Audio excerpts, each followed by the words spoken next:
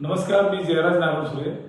परवा आपण एक बातमी लावली होती की 7 ते 8 कोटीचा महसूल बुडवून एका अधिकाऱ्याने मोठा भ्रष्टाचार केला म्हणून आपण बातमी लावली होती।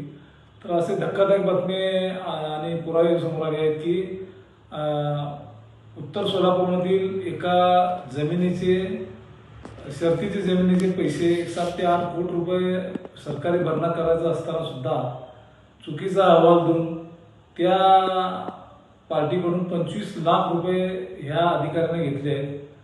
उत्तर तहसीलदार कार्यालयातील एक कर्मचाऱ्याने 25 लाख रुपये घेतलेले आहेत लाच स्वरूपात। 25 लाख रुपये स्वतः घेऊन ते शर्त कमी केली आहे आणि शासनाचा 8 कोटी रुपये बुडवून 25 लाख रुपये ह्याला हा भ्रष्ट अधिकारी पैसे घेतो। याचा अर्थ काय, शासनाचे 8 कोटी रुपये नुकसान करा आणि 25 लाख रुपये बक्षीस मिळवा अशी योजना तर शासनाने चालू केलेली नाही, कारण ह्या अधिकाऱ्यांना भरपूर पैसा पगार रुपये मिळतो। त्याच प्रकारे हे लाचेच्या स्वरूपात हे अनेकांकडून पैसे गोळा करतात। तर माझी तक्रार ह्या अधिकाऱ्याविरुद्ध मी दिलेली आहे।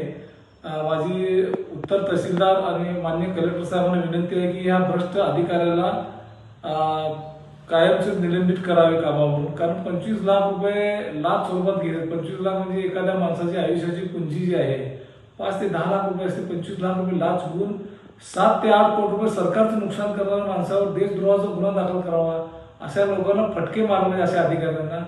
तर माझी एकच विनंती आहे की कुठलाही भ्रष्टाचार वगैरे असेल तर आपण माझ्याशी संपर्क साधा। जय हिंद, जय महाराष्ट्र।